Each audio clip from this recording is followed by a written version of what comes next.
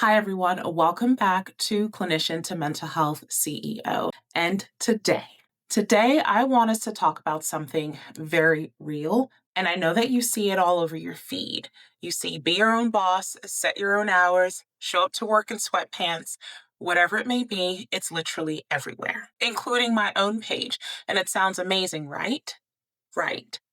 And I want us to talk about the fact that this life, it's not for everyone, but let's talk about why it's not for everyone. Let's start with what I'm hoping, and I'm hoping that this video helps you to see that trying to run your own private practice helps you to understand that this is not a life for you, or that it's going to be the most mentally freeing decision that you'll ever make. The first question that you need to be asking yourself if you're looking to start your own private practice is, are you disciplined enough to hold yourself accountable without external factors, without another boss holding you accountable or writing you up?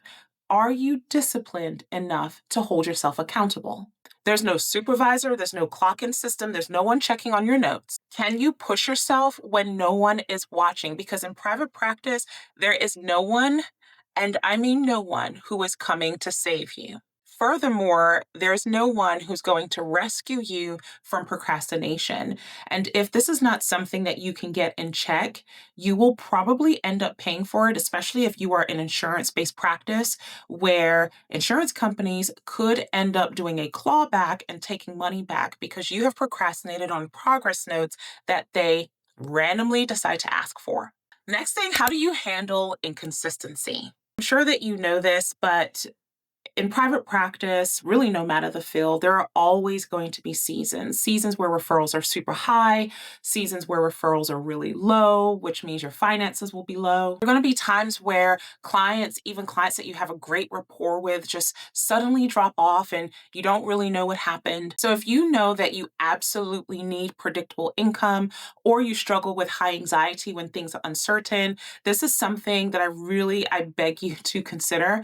Maybe you come from a two-income household, and so there is a bit of that flexibility.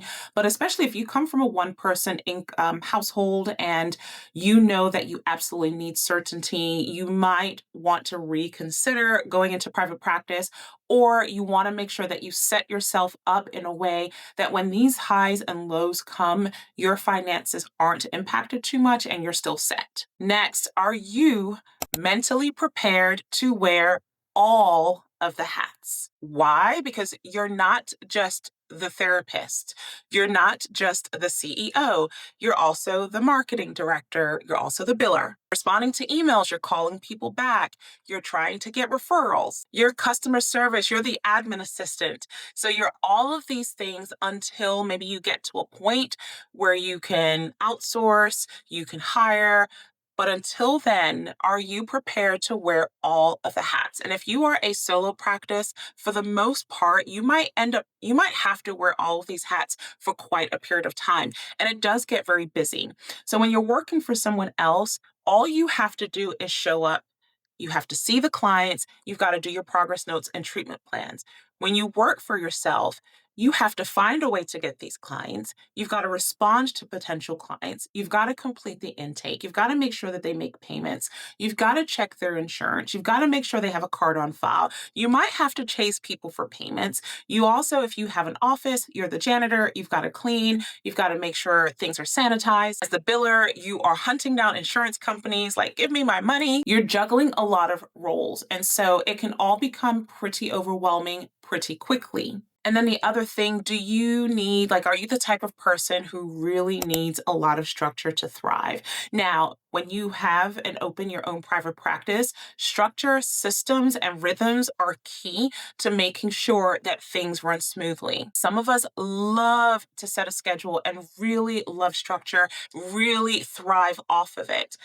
Some people struggle with that. Some people don't want as much structure, which might be why they left their 9 to 5 and decided to open their own private practice so that they can have that flexibility. But here's the catch. You might be able to set your own schedule, but are you disciplined enough to keep the schedule that you set for yourself? If you're not, that will become problematic very quickly. And then lastly, are you emotionally ready to handle isolation?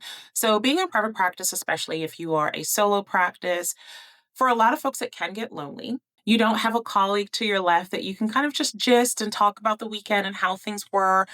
You don't have a supervisor who's saying, hey, let me just check in on you. Is everything well? I know you had a hard week last week. Come into my office. Let's talk about it. You don't have any of that. So, in order to make sure that you handle, target, or decrease feelings of isolation, again, it falls on you to build some sort of community. And you have to build that community on purpose. Don't expect it to just come to you. And then part of this is also knowing how to protect yourself from burnout. So we talked about all of those hats and the many roles that you're going to be wearing, which again could become very overwhelming very quickly. So how do you protect yourself from burnout? Here's what I want you to hear from this video. And the first thing is, just because you may be a good clinician doesn't necessarily mean that you're going to be a good CEO. It really just isn't for everyone. Please note, this does not make you a failure. It doesn't make you less ambitious. It doesn't make you less worthy or less successful. Everyone can't be a boss. Everyone can't be a supervisor, because if we all were, who's going to work for us, right? And the next thing I hope that you hear is, opening your private practice, the only goal should not be to work for yourself, but to work in alignment